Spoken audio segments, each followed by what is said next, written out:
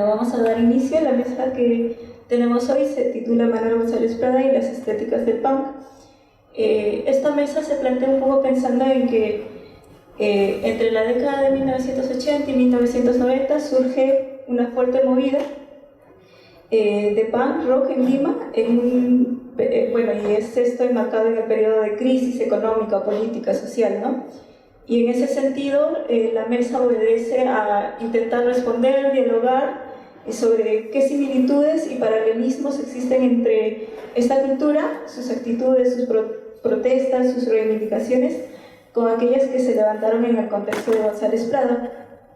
Y también un poco ver o ahondar si estuvo presente González Prada en el imaginario del movimiento punk subterráneo de esta época, ¿no? En esta mesa se abordarán estos encuentros, divergencias entre el discurso del movimiento punk y González Prada y las temáticas que se expresan desde la música, ¿no? Por el movimiento. Y bueno, nos acompañan el día de hoy Shane Gray, Tamiro Vasallo y Luis Alvarado. Voy a presentarlos en principio a los tres, una descripción general de su trabajo, y vamos a partir como la metodología va a ser bastante sencilla, una pregunta general, una más general, para contextualizar y ya poco a poco ahondar un poco en los temas que nos interesa abordar, ¿no? Y ya en un segundo momento se va a abrir hacia las preguntas del público, así que hagamos de esto un diálogo constante. Shane Gray es antropólogo, doctor en antropología por la Universidad de Chicago. Es catedrático de la Universidad de Indiana desde el 2005. Sus investigaciones abarcan desde los movimientos sociales y políticas multiculturales, música, arte y subculturas urbanas en América Latina. Ha publicado Caminos y Carreteras y 7 interpretaciones de la realidad subterránea. Como músico, actualmente integra la banda El Cuervo Sucio. Tamiro Vasallo es historiadora de arte, fue parte de la movida subterránea limeña desde muy joven. A los 16 años fue guitarrista del grupo Excomulgados, así como bajista y cantante del afamado grupo Salón Dada, de sonido poco usual para la época y cuyas letras fueron tomadas de escritores peruanos como José María Arguedas y Jorge Eduardo Guillenson. Al disolverse Salón Dada, formó junto con Jaime de Lama el grupo Col Corazón, activo hasta 1990. Luis Alvarado es curador independiente, dirige el sello discográfico y productora Bar Records, es curador, poeta e investigador. Se ha dedicado a investigar sobre la música de vanguardia en el Perú y ha realizado una gran cantidad de exposiciones que tienen como tema la música y el sonido, abarcando proyectos que van del trabajo documental a las propuestas de arte sonoro, poesía sonora, así como diversos festivales de música experimental. Voy a partir por una... Perdón, no estoy acostumbrada. Voy a partir por una pregunta general. Cada uno de los exponentes, desde su área de trabajo, desde la investigación, quizás desde alguien más involucrado con la movida, cada uno va a responderlo para escuchar un poco los distintos puntos de vista, ¿no? Distintos testimonios. La pregunta es: ¿cómo surge en el Perú la movida contracultural o subterránea en la década de 1980? Cada uno desde sus experiencias, ¿no? No es necesario ser. Bueno, hola, ¿qué tal? Buenas noches con todo y gracias a Sandra y los demás que han organizado el evento y decidido invitarme a participar. La verdad había preparado algunas notas, pero fácilmente también puedo simplemente responder a preguntas, ¿no? Es una pregunta muy amplia, ¿no? ¿Cómo surge la movida contracultural subterránea?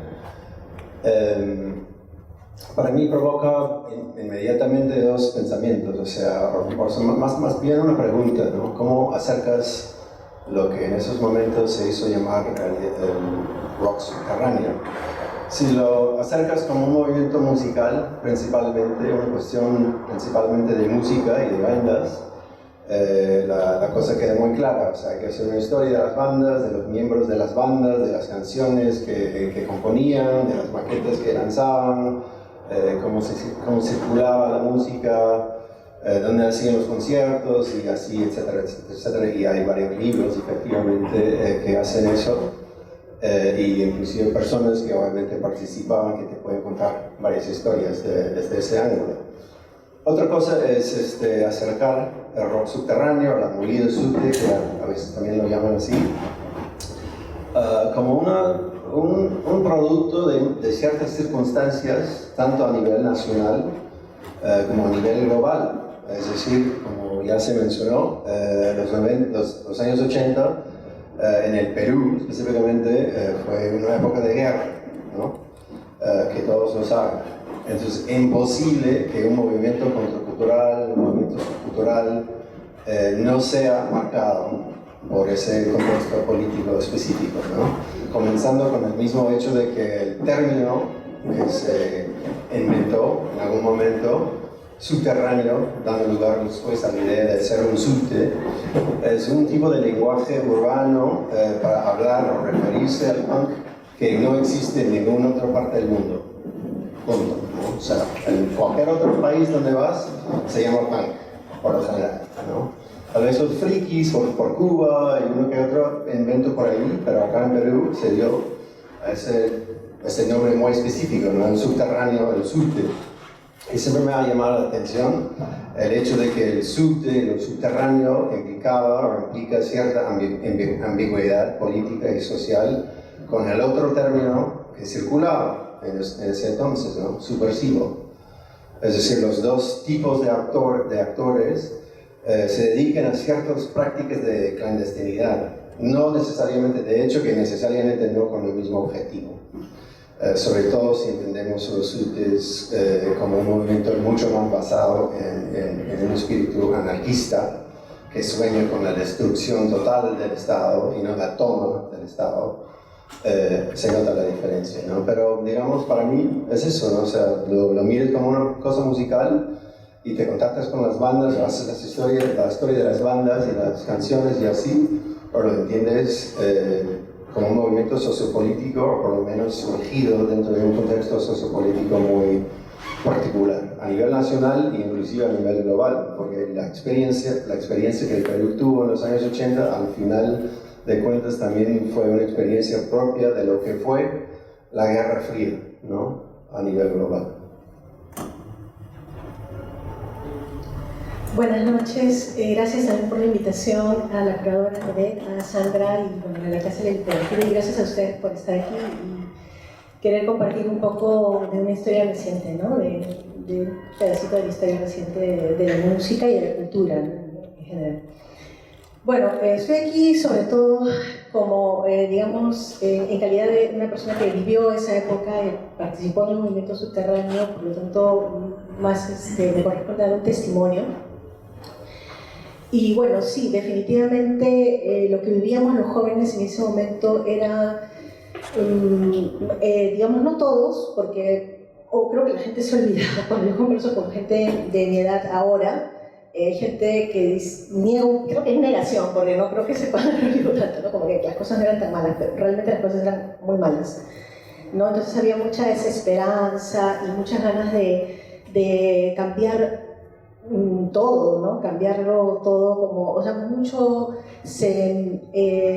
digamos, se mencionaba o estaba en el ambiente la palabra anarquismo, ¿no? Quizás no se tomaba de una manera tan, con todo su peso y filosóficamente, no podría dar fe que todos hayan leído a González Prada, pero de hecho que es un autor que se ve en el colegio y es muy probable que sí, ¿no? O sea, sí circulaban estas ideas, hay un paralelismo, ¿no? Y viendo un poco la muestra y todo también, no es casual, o digamos, me llama la atención que el Perú estaba saliendo de la guerra con Chile, ¿no? Y nosotros también estábamos en un conflicto terrible, ¿no? Acá. Entonces hay varias cosas, ¿no? Y este inconformismo, también algo que quería mencionar y no me quiero olvidar es, por ejemplo, él tiene quiere subvertir el lenguaje, ¿no? El lenguaje escrito. Es una rebelión en ese momento bastante fuerte, ¿no? Y la gente acá, los subtes, escribían todo mal, entre comillas, ¿no? O sea, pasando por alto cualquier regla ortográfica, ¿no? O sea, la U por la K, etcétera, etcétera, ¿no? Entonces sí hay varias cosas en común. Bueno, yo particularmente no estuve en la movida desde el inicio, pero sí comencé a frecuentar, digamos, la primera vez que yo recuerdo haber oído un concierto subterráneo fue en 1983. Pero comencé a asistir ya un poco más desde el 84, iba a la nave de los prófugos, o sea, en La Colmena, en donde ahora está la Universidad Villarreal. Se acordarán algunos que, bueno, todo el centro de Lima era un laberinto de ambulantes, ¿no? Entonces, esa zona era un montón lleno de ambulantes, y estaba ahí también la nave de los prófugos, donde se vendían cassettes de Nueva Trova y de rock, ¿no? Yo también compraba Nueva Trova, porque me encantaba. Y bueno, ahí fui conociendo gente, comencé a ir no, pero el germen digamos, de la movida subterránea es disconformidad, la desesperanza, como dije, ¿no? Y vivíamos en una crisis muy fuerte, no solo política, sino económica, ¿no? O sea, muy... real, yo recuerdo clarísimo que todos los días era un estrés terrible el dólar, ¿no? O sea, nuestra economía está totalmente dolarizada y el dólar subía cada día, casi cada hora, ¿no? Entonces era como, no sé, o sea, me imagino que más o menos como está ahora Venezuela, podríamos decir la inflación, ¿no? Porque ya hasta perdí la cuenta de todos los ceros que se aumentaron y luego los ceros que quitaron, porque ya era inmanejable, ¿no? Y bueno, en esta... digamos, búsqueda de gente afín a uno, gente que quiera compartir espacios creativos distintos, ¿no? Porque no solo era la música, como dice Shane, era todo, era un paquete completo, era artes plásticas, literatura, todo, ¿no? Bueno, no sé. Bueno, ya se ha dicho bastante, pero quizás puedo matizar con otro aspecto del que a veces no se habla mucho, pero yo creo que hay un cambio drástico en las condiciones de producción de la música global a fines de los años 70. La cultura del intercambio de cassettes, que está tan asociada al movimiento subterráneo y al punk rock en general en el mundo, es algo que empieza a mediados de los 70. Y en el año 77, que se crea la Industrial Records, el sello underground, que quizás como legitima esta idea de intercambio de cassettes alrededor del mundo, que lo toman ellos de un movimiento de vanguardia que se conoce como Main Art, porque era un grupo también asociado a la performance. Pero ya desde el año 77 el intercambio de cassettes existía en Londres de una manera muy activa, y creo que sin el cassette, sin la posibilidad de esa socialización de la, digamos, tecnología y de la posibilidad que tú grabes en casa tu propia música, yo creo que mucha de la cultura underground no sería posible. Creo que el hecho de la idea de sello discográfico independiente, la idea de poder tú grabar tus propias cosas en casa, la idea de un sistema de distribución alternativa, surge porque existe una nueva condición de operar, que es la de este sistema barato que es el cassette. Eso por un lado. Lo otro es que evidentemente Lima sufre una transformación producto de un proceso migratorio complejo que hace que la ciudad desborde, de la aparición de movimientos obviamente terroristas que van a convertir a Lima en un caos, ¿no? en la década de los 80. Y yo quiero no solamente mencionar que existe el rock subterráneo, simultáneamente existe también el movimiento de la música tropical, de la chicha, y simultáneamente existen también los artistas de música de vanguardia que comienzan en los 80s. Y estos tres vamos a decirlo, grupos de artistas comparten algo, que sus condiciones de grabación son precarias. Los discos de chicha son discos que no es que suenen muy bien, se graban como se pueden. Los discos de los artistas de música de vanguardia, por más que era gente de mucho dinero, como el caso por ejemplo de un artista como Manuel Mujica, son grabaciones muy austeras, a pesar de que se grababan en los mejores estudios. Son grabaciones muy en realidad, no sé, pobres. Y tienes las grabaciones de rock subterráneo que son ya como, digamos, el tocar fondo de eso, ¿no? Entonces, creo que claramente hay una precariedad en las condiciones de grabar que comparten muchos de los artistas de la escena de los años 80, en general de la escena musical de los años 80. Y lo que creo es que simplemente aparece una especie de, ¿cómo decirlo?, un corte, ¿no? Ese corte es el que, digamos, pone al otro lado a aquellos artistas que deciden emprender una producción de manera independiente. Eso es algo que también hacen muchos grupos de cumbia, de chicha, el surgimiento de grandes sellos como Horóscopo, como Infopesa, y al mismo tiempo está ocurriendo también el rock subterráneo, ¿no? Y la versión de también algunos sellos. O sea, creo que hay un cambio de producción, de las condiciones de producción que hace que mucha gente empiece a operar de manera independiente, ¿no? Que a mí me gusta ver un poco esas cosas en simultáneo, y creo que lo que tienes en los 80s es, o sea, es como que más que hablar de subterráneo, creo que lo que tienes es una nueva modalidad de trabajar, que es trabajar, digamos, bajo una condición en la cual tienes que hacerlo tú, ¿no? Eso ocurre con la cumbia, eso ocurre con los artistas de música de vanguardia, y eso ocurre con subterráneo.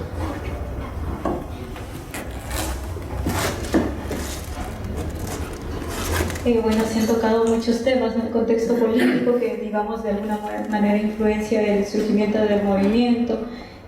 Por otro lado, también mencionaban la situación, la sensación que se vivía, ¿no? La desesperanza, el inconformismo, me parece que es una detonante también, ¿no? Y por otro lado, por último, esta cuestión de la autogestión, ¿no?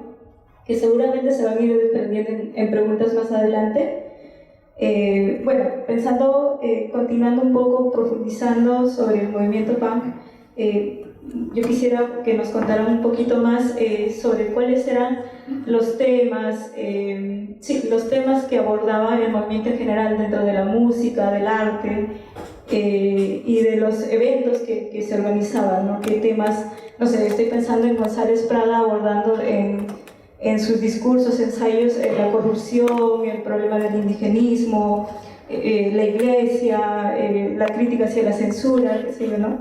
Entonces, pensando en esto un poco, si podrían contarnos, profundizar más en los temas que abordaban. Sí, aunque la verdad creo que voy a aprovechar para compartir un par de ideas que había escrito en la mañana pensando en esto, que van un poco más directo al grano de la cuestión de González Prada. Y ojo que yo no soy para nada experto en González Prada, ni necesariamente experto en el rock subterráneo, ¿no? Pero por ahí está el libro. Quería mencionar tres cosas, porque en realidad lo que me vino a la cabeza cuando me propuso la mesa y cuando ya vi las preguntas que Sandra me había pasado, es realmente, o sea, la pregunta clave me parece que cuáles serían los puntos de contacto, los puntos de conexión con González Prada, entre los subtes, ya no siglos, pero digamos décadas después, pero en el mismo contexto nacional, ¿no? En la misma, digamos, trayectoria histórica de un país, ¿no? De una experiencia nacional. Y me puse a pensar básicamente en tres cosas, y los voy a cubrir rapidito, después si salen preguntas, ya, chévere. Pero tienen que ver con la temática, ¿no? O sea, las cosas que uno lee, que uno siente, que uno ve por ahí en las canciones, en las portadas de las maquetas, en los fanzines, en el arte también, que fue como parte de la escena subterránea. Primero me puse a pensar en lo literal. O sea, hay un momento muy clave, inclusive hay testigos acá, ahí está el Chato Víctor parado atrás, que en 90-91 hubo un homenaje a González Prada, organizado desde un sitio que se llamaba El Hueco. Era un sitio más o menos, no soy bien con los detalles, unos finales de los 80 hasta más o menos mediados de los 90. Un sitio muy DIY, muy hazlo tú mismo, autoorganizado, donde se dieron conciertos, charlas, reuniones de distintos tipos durante varios años, ¿no? Muchas bandas, ¿no? Muchas bandas que han tocado ahí, gente que vivía ahí, ¿no? En 90-91, el grupo, o un grupo de las personas más asociadas, más vinculadas a este sitio que se llamaba El Hueco, organizaron efectivamente un tour, un peregrinaje, mejor dicho, a la tumba de González Prada. Y se tomaron fotos, y es justamente las fotos que quise sacar, pero me dice que no hay internet acá. Entonces ya, si les interesa, entren al internet, googleen homenaje a González Prada, rock subterráneo, y sale. Varias fotos que están, por lo menos yo los encuentro siempre en el blog de Miguel Ángel del Castillo, ¿no? Que es uno de los historiadores, digamos, archivistas del rock subterráneo. Ahí sale el Chato Víctor, sale Quique Utenacia, Nico, ¿quién más está ahí? Varios, ¿no? Varios. Con los puños en alto también, ¿no? ¿Qué fue exactamente? La verdad me dio siempre mucha curiosidad, no quería conversar mucho de ese tema con esos actores, pero sí sería chévere, ¿no? Que alguien investigue un poco más qué fue precisamente el motivo, qué fueron las acciones, fue simplemente un gesto simbólico, un viaje simbólico, se dio algo más, no se sabe, ¿no? O por lo menos yo no sé. Fácilmente fue eso, ¿no? Una acción simbólica, ¿no? Un viaje simbólico. Después me puse a pensar en conexiones literarias, o sea, desde el lado literario. Y tenemos acá un ejemplo, muy buen ejemplo de una música que se dedicó a musicalizar la tradición literaria del Perú, ¿no? Pero en un sonido post-punk, un sonido dark, un sonido muy urbano al final, pero por ahí también tocando, o sea, por ejemplo, musicalizando arguedas, ¿no? Tocando temas indigenistas abiertamente, ¿no?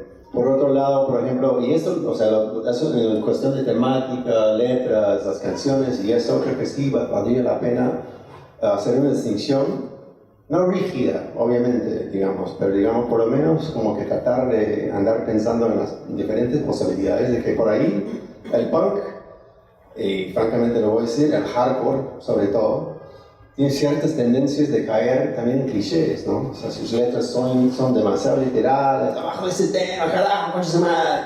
O sea, después de 5 minutos de eso ya sabes, ¿no? O sea, ya está claro, no hay nada de metáforas, no hay nada, o sea, no hay un lenguaje literario, digamos, de ninguna forma. Son gritos, ¿no? Y como gritos sirven, ¿no?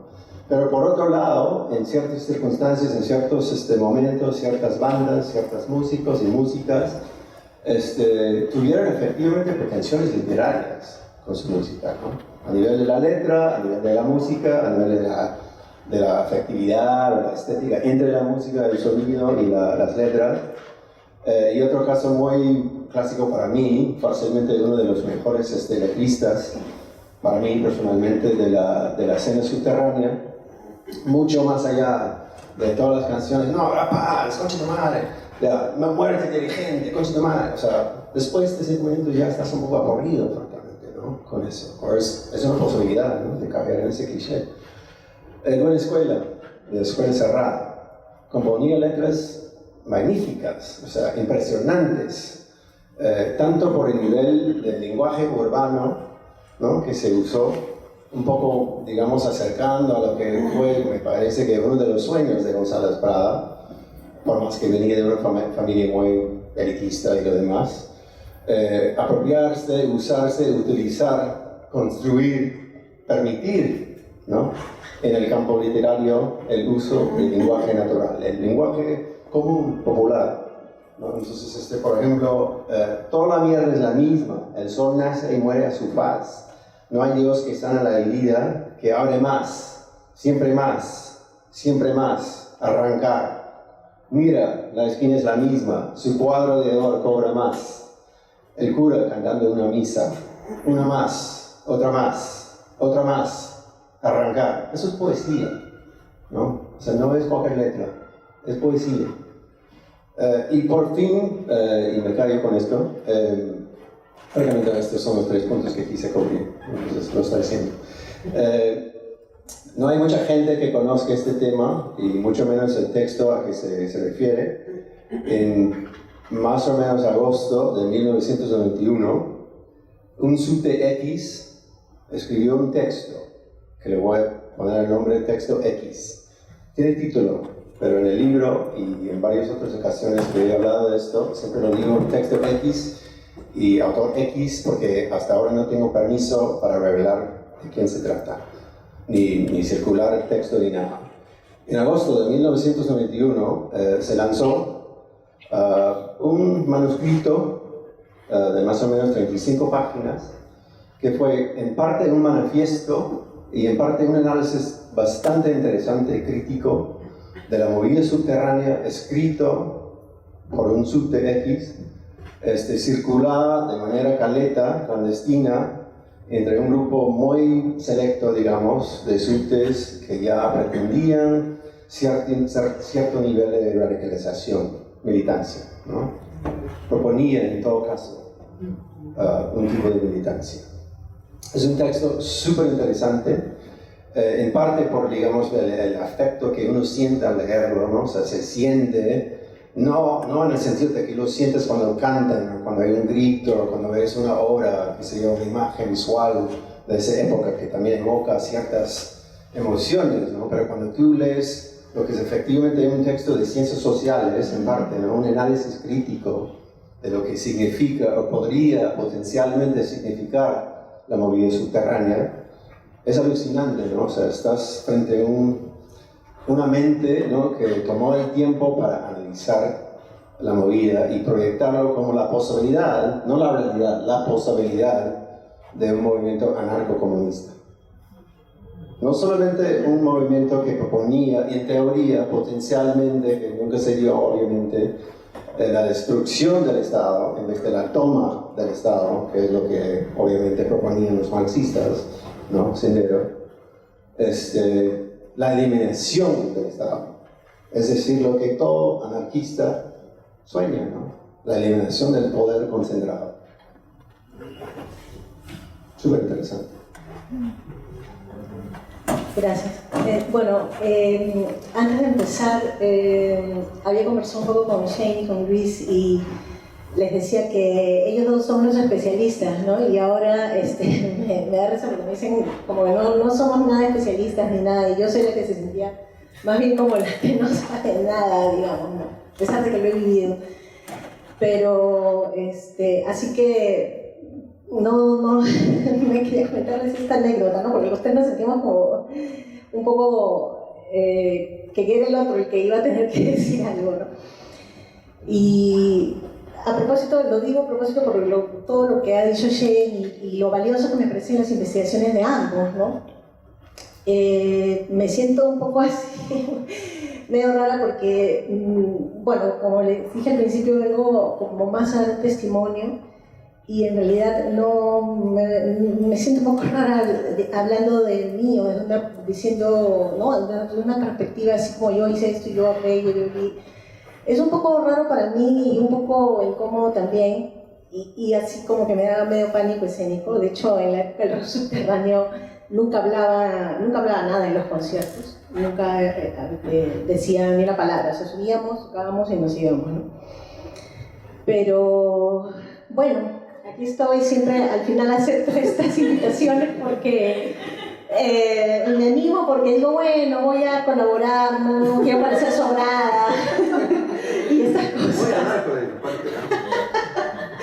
Sí, cuando me pienso en esta época descubro que a pesar que han pasado muchas cosas, ¿no? Y uno cambia mucho, hay muchas cosas que siguen ahí, ¿no? Desde esa época. Y se han pasado años difíciles, pero bueno, acá estamos, sobrevivimos y acá estamos. Y sobre los temas que estaba comentando Janet, bueno, sí, había un gran número de grupos hardcore, como dice Shane, que tocaban, o mejor dicho, que aludían a temas políticos o sociales, ¿no?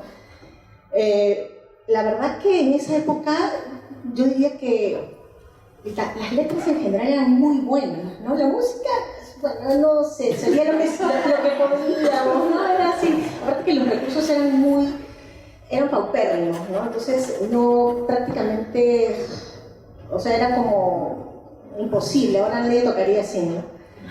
Y bueno, de hecho, cuando empecé tocando en excomulgados y en eutanasia. Y bueno, después que hice hacer mi propia música con Salón Dada y después con Col Corazón. Y lo gracioso es que menciono esto porque alguna gente, o sea, cuando yo era parte de los grupos hardcore, digamos, me apreciaba cierta gente. Y cuando dejé esos grupos y comencé a tocar esta otra música, hubo gente que me dejó de hablar, ¿no? Así es. Me odiaron, ¿no? O sea, otra gente no, normal, ¿no? Me hablaban, pero sí había esta cosa un poco como sectaria, que yo nunca le encontré sentido, no le encontré sentido en esa época, ahora tampoco, ¿no? Como decir, o sea, ¿quién es más subte o quién es menos subte? O ¿quién es más como puro? Como, ¿qué diablo será puro? No lo sé, ¿no? Pero, o sea, ¿qué querrían decir con eso? O sea, un purismo, ¿no? Una cosa un poco sin sentido. Al final, bueno, los grupos post-punk surgieron y hicieron lo suyo, ¿no? Y bueno, también surgieron otros temas, ¿no? En el caso, bueno, más personales, íntimos. Bueno, como dice Shane, en el caso de nosotros tocamos, bueno, musicalizamos algunos poemas de Elson, también cantamos, por ejemplo, La agonía de Rasuniti, bueno, una adaptación del cuento, porque es un cuento, ¿no? También hicimos una performance con un poema de Argueda, Tatatay, en quechua, ¿no? Y también Sisinina, que es la canción sobre la agonía de Rasuniti, tenía palabras en quechua, ¿no? Que nadie lo hacía en esa época, ¿no? Y sí estábamos muy interesados también en ver toda esta otra parte de la música tradicional andina, no necesariamente los chichas, porque los chichas es lo urbano, ¿no? Sino la música tradicional, realmente que se tocaba en los pueblos o que se toca en ciertas festividades. Quizás ahora ya se toca más, es un poco también a veces, quizás puede haber algo más turístico ahí, pero en ese momento no tanto, ¿no? Entonces sí nos interesaban los danzantes de tijera y todo eso, ¿no? Pero bueno, aparte de todo esto, yo quería resaltar y destacar, bueno, hubo un grupo que siempre me gustó, de todos, me gustaba, bueno, Excomulgados, obviamente, Eutanasia, SDM y todo, me encantaba Narcosis. Lo gracioso es que es otra música muy distinta, ¿no? Me gustaban los grupos hardcore también, no era que no me gustaran, me encantaban las letras y todo. Pero creo que yo resaltaría por encima de todos, como letrista, a María Teta, ¿no? Que bueno, últimamente felizmente que se ha traído a la memoria mucha de su aporte, ¿no? El gran aporte que ella hizo, pero sus letras me parecían geniales, simplemente, ¿no? O sea, cuando me pasaron la voz para que los acompañe, porque acompañé un tiempo como bajista, realmente me sentí muy contenta de poder apoyarlos, ¿no? El proyecto era de ella e Iván Zuriburri, y realmente yo destacaría, o sea, las letras, para mí la letrista era la mejor, y los temas, bueno, obviamente sociales, todo, pero también un punto de vista feminista, ¿no? O sea, si bien éramos pocas las mujeres que participábamos en la movida, cuando María Teta apareció en la movida, éramos poquísimas, o sea, estaba Lili de Delirios Crónicos, un par de chicas más, porque cuando Salón Dada empezó, no era Jaime de Lama el guitarrista, era una mujer, Mónica Contreras, ¿no? Que después viajó a Estados Unidos y eso fue. Entonces, casi no había mujeres, y era muy importante el aporte que ella dio, o sea, sus letras tan explícitas, tocando temas contra el machismo y todo, en una época en que no se hablaba de nada de eso, me pareció genial, ¿no? Simplemente. Bueno, para hacerla corta nomás. Yo creo que hay como dos obvias referencias que son bastante evidentes, ¿no? Claramente el gesto de González Prada de querer hacer una especie de borrón y cuenta nueva, algo que está presente en el rock subterráneo, ¿no? Es como una especie de nuevo génesis, como si fuese un Big Bang, ¿no? A pesar de que no puede encontrar antecedentes y qué sé yo, pero claramente se presentan como algo que está destruyendo todo lo que está atrás, ¿no? Como mandando a los viejos a la tumba. Y lo otro que también es bastante obvio, quizás tiene que ver con la ortografía, ¿no? Digamos que el uso de las letras cambiadas, que González Prada hablaba, de pronto se vuelve un gesto de rebeldía contra también un sistema, ¿no? Y eso también está de alguna forma presente en el subterráneo, digamos, con la legitimación de, por así decirlo, entre comillas, una vulgaridad, digamos, ¿no? Y eso, ¿no? Estaba pensando yo, ahora que Jamie hablaba de las letras de las canciones, hay una letra que me gusta bastante, que siempre he sentido que sintetiza muy bien la idea de lo subterráneo, aun cuando la primera parte no me gusta mucho, que es la de Indeseables, que es escapa del control, ¿no? Que dice algo así como vomita ideas si ese es tu deseo y escapa del control, ¿no? O sea, creo que eso es ser un subte, ¿no? Porque no es que solo tienes ideas, sino que las vomitas, ¿no? Y quieres salir de un sistema que te está aprisionando, ¿no? Y no sé, quizás esa especie de visceralidad y de vehemencia, o sea, algún eco hace, digamos, con el espíritu de González Prada, sin duda, ¿no? Pero nada, eso. Siguiente. Bueno, pensando un poco en, claro, hablamos de un poco cómo las ideas de González Prada se ven retomadas en este periodo. Quería un poco aclarar, también lo tomamos como parte de una tradición, ¿no? No es que salte de González Prada hacia el periodo de los 80, solo para aclarar que no estamos entendiéndolo así. Y otra duda, pensando más allá de las ideas, también un poco en la actitud, sí, pensaba más en la actitud, en el vínculo que González Prada genera. Pienso en que en algún momento, a principios del siglo XX, González Prada comienza a vincularse directamente con movimientos obreros, con sindicatos de panaderos, imprentas, ¿no? Entonces, y en ese sentido, quería un poco, vinculándolo o equiparándolo al movimiento PAN, si podrían contarnos si dentro del movimiento también hay esta vinculación más política, más social, ¿no? Si posicionamiento político también. Sí, no, es una pregunta excelente. No tanto. O sea, digamos, yo creo que sí, también más o menos como esa acción simbólica de viajar en grupo a la tumba de González Prada, también había ciertas acciones, ciertos gestos, ciertos momentos de traslape o puntos de contacto, qué sé yo, estoy pensando en, hay por ahí varias personas que me pueden corregir, soy pésimo con los detalles. Pero si no me equivoco, la última tocada de eutanasia se da en algún sindicato, ¿no? Griten si saben a lo que me refiero. Cosas así, ¿no? Curiosamente, justamente el texto que había mencionado habla de esto. O sea, de las dos cosas, de la falta, relativamente hablando, de ese tipo de conexión directa con sindicatos, con ambulantes, porque al final son, o sea, el que manejaba el nave de los prófugos y vendía cassettes en la esquina era un ambulante, ¿no? O sea, estaba mezclado ahí en el mismo sector del mercado informal que los demás, que vendían ropa y caramelos y lo que sea, pues en la esquina, ¿no? Pero sin necesariamente entendiéndolo como una posibilidad de alianza social, política, etc., ¿no?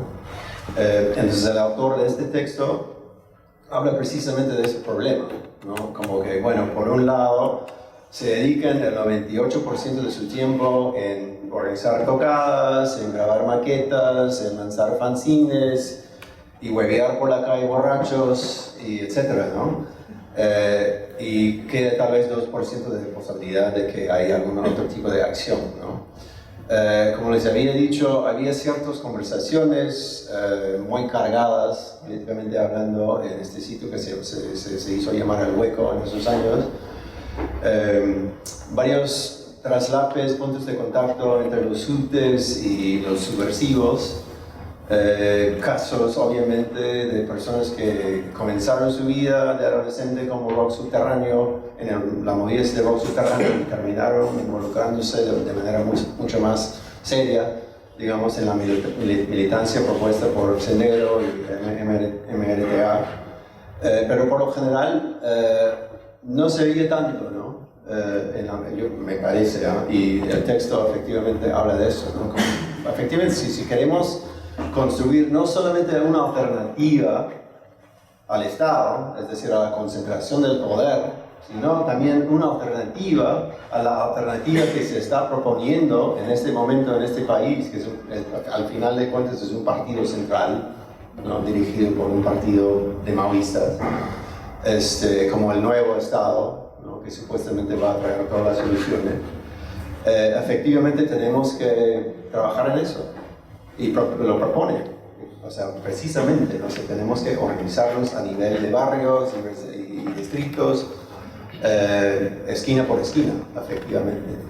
Si es que lo que nosotros soñamos desde el subterráneo, desde el punk, desde el anarquismo, es una sociedad sin Estado, sin concentración de poder, y la posibilidad de alianzas entre el punk, que quiere grabar su maqueta el fin de semana, o que quiere ir a su casa y diseñar su fanzine, y el que está vendiendo caramelos en la esquina, ¿no? Efectivamente, son actividades informales, ¿no? Actividades económicas, sociales, culturales, que existen, no totalmente, pero digamos en la margen de la sociedad oficial, del comercio oficial, de las prácticas, digamos, oficiales del Estado, ¿no? Entonces, como que este autor por lo menos ve la posibilidad de ese tipo de alianza, pero no lo ve en la práctica. Bueno, yo sí no vi, digamos, a ver, la gente que iba a la movida, las edades eran muy diversas, ¿no? Había gente bien chica, como, qué sé yo, 13, 14 años, hasta gente de 25 más, ¿no? Entonces, quizás la gente más joven, quizás la gente mayor que está en universidad podría pensar un poco en eso. No se veía, no se hablaba mucho en realidad de pertenecer a un partido político ni cosas así, o sea, no, y mucho menos afiliarse, etc. O sea, como cualquier, digamos, grupo humano de esta sociedad, de hecho que había gente que sí, pues, podría simpatizar con esas ideas, ¿no? Pero no era una cosa así que, digamos, pudiera pensarse que por las letras, ¿no? Por las letras y la actitud tan contestataria, podría pensarse en eso, pero en realidad no, porque tampoco, como bien dice Shane, no, o sea, yo creo que la gente no estaba como nada convencida con esa propuesta, ¿no? Nada convencida, ¿no? Yo misma, o sea, a mí, o sea, cómo no, la gente se te acercaba a decirte, ¿no? Abiertamente cosas, ¿no? Pero incluso y en San Marcos más, ¿no? Yo estudiaba en San Marcos, ¿no? Y era como, casi como que te tenías que unir, o no sé, ¿no? Era un poco como que te combinaban, ¿no? Y pero en San Marcos es donde lo sentí yo esto mucho más fuerte, ¿no? Y en mi vida no se hablaba más de la inconformidad, ¿no? O sea, como esta cosa de, como veo por ahí que hay una frase de González Prada que dice, donde pones el dedo cerca a la pulsa, algo así, ¿no? O sea, el raje de la sociedad y de la política y todo esto, ¿no? Pero no diría, y tampoco se hablaba de otros partidos políticos tanto, ¿no? De izquierda o de la APRA, no mucho. O sea, sí había ¿no? Gente que participaba en las marchas de izquierda y todo, pero tampoco no era una cosa como que todos, o que se hablara definitivamente de eso, ¿no? Bueno, no sé qué puedo decir, solamente me acuerdo ¿cómo se llama el guitarrista de Ataque Frontal? Creo, Matute, en una entrevista, uno de los textos que aparece ahí en Se acabó el show, él cuenta que están tocando, no sé si de pronto ves en la, ¿cómo se llama el lugar este que había hecho este colectivo? Estoy seguro en qué lugar fue que estaban tocando, pero que estaba Robert Rodríguez y quería poner un mural atrás, así, ¿no? Con sus lemas y todo. En un bestiario. Un bestiario, claro, y como que le dice que por qué pones eso ahí, ¿no? Que no quiero que me asocien con... Pero yo creo que eso fue quizás retratar un poco que habían tensiones y habían formas de pensar muy distintas, ¿no? Y que el rostro subterráneo no era algo unificado, ¿no? Y eso. Por otro lado, como anécdota personal, yo recuerdo de niño caminaba mucho por el centro de Lima, por cosas de la vida que por un año viví en el centro de Lima, por la avenida, al frente del Teatro Municipal. Y entonces caminaba mucho por el centro de Lima y yo recuerdo haber visto siempre el año tipo 89, así como a subtes. Y recuerdo la primera vez que vi a un subte, yo sentí así como que me iba a robar. Sentí que era una persona que me podía hacer daño. O sea, sentí como la sensación de que este tipo es un delincuente. Y creo que con el tiempo, cuando he visto las fotos, siempre he pensado lo mismo. O sea, creo que recuerdo el artículo de Oscar Marca cuando habla de los vándalos llegaron ya para aludir al subterráneo. Porque yo creo que también, si algo reivindicaba al subterráneo era el hecho de no querer hacer nada en la vida también, era el ocio total, ¿no? Y creo que eso era una forma de rebeldía más, eso era lo más punk que puedes hacer, ¿no?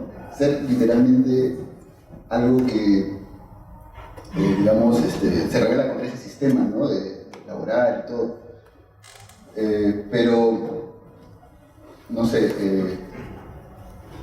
también hay que pensar que son también como que conceptos heredados ya de toda una tradición del punk, pero no sé, siempre pensé eso, ¿no? Y que creo que eso no era algo exclusivo también de la escena subterránea, creo que incluso los metaleros eran mucho más especialistas en eso, ¿no? Y no sé. Sí, perdón, un pequeño comentario. Se tocó, no había mucha conexión con grupos sindicales, pero se tocó en el sitio de los choferes, en el local de los choferes, le decían chaufas. Y no me acuerdo cómo no recuerdo el sitio, pero ya no me acuerdo. Por si acaso, si les interesa, si haces la etimología del término punk, bueno, encuentras cosas alucinantes, en realidad, maricón, prostituta, pero entre ellos, choro, delincuente, cool. Bueno, un poco saliendo, o bueno, complementando un poco el tema y retomando un tema anterior que habían abordado ustedes en algún punto, quería saber o que nos contaran cómo se desarrolla aquí esta movida, el hazlo tú mismo, la autogestión, o incluso la autoformación también, si se da, de qué modo, a través de qué estrategias, en qué medios, en espacios. Sí, bueno, claro, en realidad casi en todos los niveles, ¿no? O sea, el fanzine, y esto creo que se puede decir muy rápido, o sea, el fanzine es una alternativa a la revista oficial. La maqueta es una alternativa a un disco, bueno, en esos años, un disco lanzado oficialmente por un sello discográfico.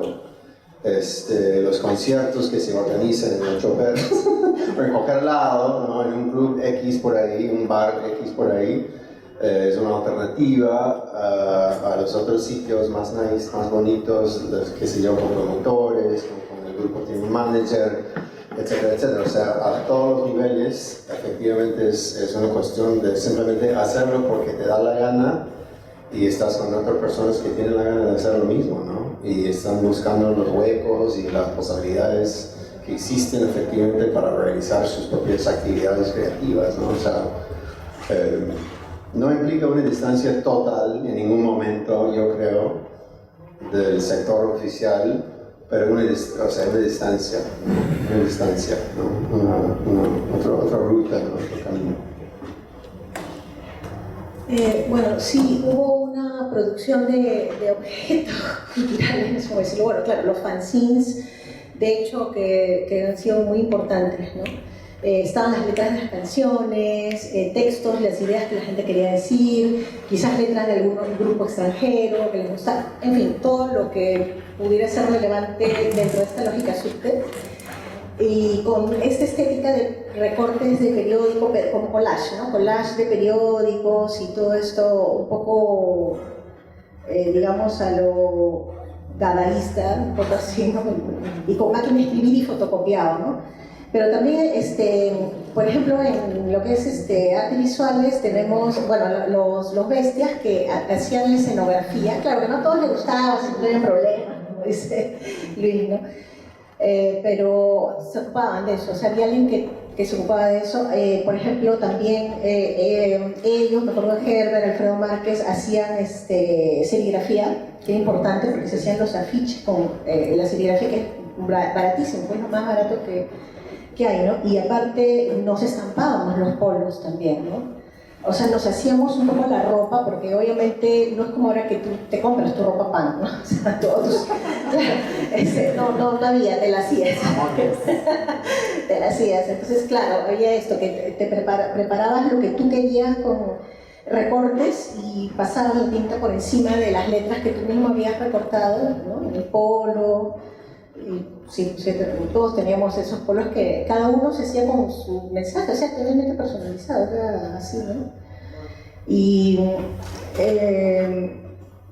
bueno, yo no sé, también había toda una estética, pues, ¿no? Entonces yo me imagino que, no sé cómo harían los demás, si llegan a la peluquería, pero había cortes de pelo también, ¿no? Como pants o distintos, alternativos a lo que te hacían en la peluquería, digamos, ¿no? En fin, o sea, sí había toda una pequeña producción y todo era como, hazlo tú mismo, pues, ¿no? O sea, no te ibas a un sitio a comprarte la ropa subte o con tu SDM ahí o con, no, o sea, por ejemplo, yo misma me cortaba el pelo. Yo misma me tenía que cortar el pelo y a veces le decía a mi papá que me arregle atrás porque yo me cortaba bien chiquitito, ¿no? Entonces me tenía que afeitar acá atrás. Me afeitada, todo, ¿no? O alguien que me ayude, porque no podía hacerlo bien por atrás o sea, todo era así, ¿no? Pero había esta cosa de comunidad, de hacerlo entre todos y también, como tú dices, esto que te enseñan, ¿no? Por ejemplo, ¿cómo haces para grabar esto? ¿No? Ya te metes tu cassette tal, o mientras tú solo te grabas en un cassette, te lo copias al otro, no sé, ahí se las ingeniaron para grabarte también, ¿no? Entonces todo esto era como compartir un poco vivencias y ayudarse entre todos, ¿no? Era un poco eso. O sea, recuerdo mucho los grupos estos de chicos serigrafiados en la ropa, ¿no? Bueno, yo creo que hay como una estética, hay algo de lo que se habla mucho, que es como el achoramiento en el arte en el Perú, ¿no? Que sale el pop achorado, y creo que la poesía peruana con Hora Cero introduce también todo este lenguaje popular o coloquial, y creo que, bueno, Cloaca, Huayco, hay como una especie de como genealogía, ¿no? que digamos, ayuda a entender un poco lo que está detrás de los subterráneos, ¿no? Aunque no necesariamente ellos se hayan alimentado de eso, no todos, pero algunos sin duda sí, ¿no? Y creo que algo que para mí distingue el rock subterráneo es su uso del lenguaje, en realidad, ¿no? Que es muy distinto a cómo podría ocurrir en otras partes de Latinoamérica en ese momento. Yo creo que, sinceramente, aún faltaría una investigación muy profunda acerca de cómo funcionaban o operaban en simultáneo las escenas de punk en los años 80 en Sudamérica y en Latinoamérica, porque realmente habían movimientos en todos los países al mismo tiempo, ¿no? Y todos eran igual de precarios. O sea, los grupos de punk de los 80 en Argentina, por ejemplo, casi no hay grabaciones, no grababan, no había dinero, no podían, ¿no? Pero todo el mundo habla de que había un montón de bandas, y creo que solamente hay 2 o 3 grabaciones. Por ejemplo, el sello discográfico que hizo Daniel Melero, que se llamaba Grabaciones o Catálogo Incierto, tiene en su uno de los primeros títulos eran conciertos de grupos como Todos Tus Muertos, no recuerdo otro grupo más, y por ejemplo el cassette Todos Tus Muertos es imposible que lo reediten porque o sea, suena mal, pero muy mal, o sea, es la peor grabación que hay a ver de un concierto, o sea, es vergonzoso en realidad, pero lo que voy es que esa lógica, o sea, no quiero decir que el rock subterráneo, o sea, que no haya valor en el subterráneo de operar con eso, pero lo que voy es que no es que no estuvo, es que esa precariedad no es que no estuviera ocurriendo en otros lados, ¿no? Pero claro, acá se convirtió en un lenguaje en realidad, ¿no? Y hay esta anécdota, sobre todo en el mundo del metal, ¿no? Que los grupos de black metal, creo que Jerónimo decía que admiraba mucho el sonido de Aves, porque era un grupo que había grabado en una condición tan paupérrima que ellos querían emular en realidad ese tipo de sonido, ¿no? Y efectivamente muchos black metal buscaban deliberadamente sonar mal, ¿no? Porque querían sonar como cavernosos en realidad, ¿no? Y es interesante que cómo se termina convirtiendo en un lenguaje, justamente, ¿no? Esa forma de trabajar o capitalizar de alguna forma esa precariedad, ¿no? Que creo que yo es lo que para mí distingue al rock subterráneo, ¿no? Y no sé, hay como muchas cosas muy diversas, o sea, creo que, como digo, hay muchas estéticas en el subterráneo. Yo creo que, por ejemplo, los grupos de fusión como del pueblo, diario, los tenían otro rollo. O sea, se compartían cosas, pero creo que, o sea, había otra línea ahí, ¿no? Que venía de los grupos de Nueva Canción, del poli, ¿no? Y estaban los grupos claramente hardcore, y los grupos quizás más raros. Hay como una línea de grupos raros también, ¿no? Donde está Salón Dada, está Telecore, Occidentes, grupos que no tienen como un lugar, digamos, ¿no? Y entonces, o sea, creo que el rock subterráneo fue esencialmente una especie como de crisálida, en cierto modo, ¿no? O sea, pasaba muchas cosas muy distintas en realidad, porque tenían este denominador de ser precarios, ¿no? Pero realmente había gente que hacía ska, o gente que hacía fusión, gente que hacía post-punk, no sé, había mucho eclecticismo, ¿no? Y esa es una de las cosas que también distingue mucho en general a la escena peruana desde fuera. Siempre se habla de eso, y es que en realidad solo eso ocurre en el Perú, creo. O sea, no es muy normal que, o sea, incluso ahora, ¿no? Tú vas a un concierto, por ejemplo, en Casa Badre, ¿no? Puede haber un concierto donde toca un grupo de hip hop, un grupo de ska, un grupo de noise, y no sé, pues un grupo de Fácil Wine, no sé.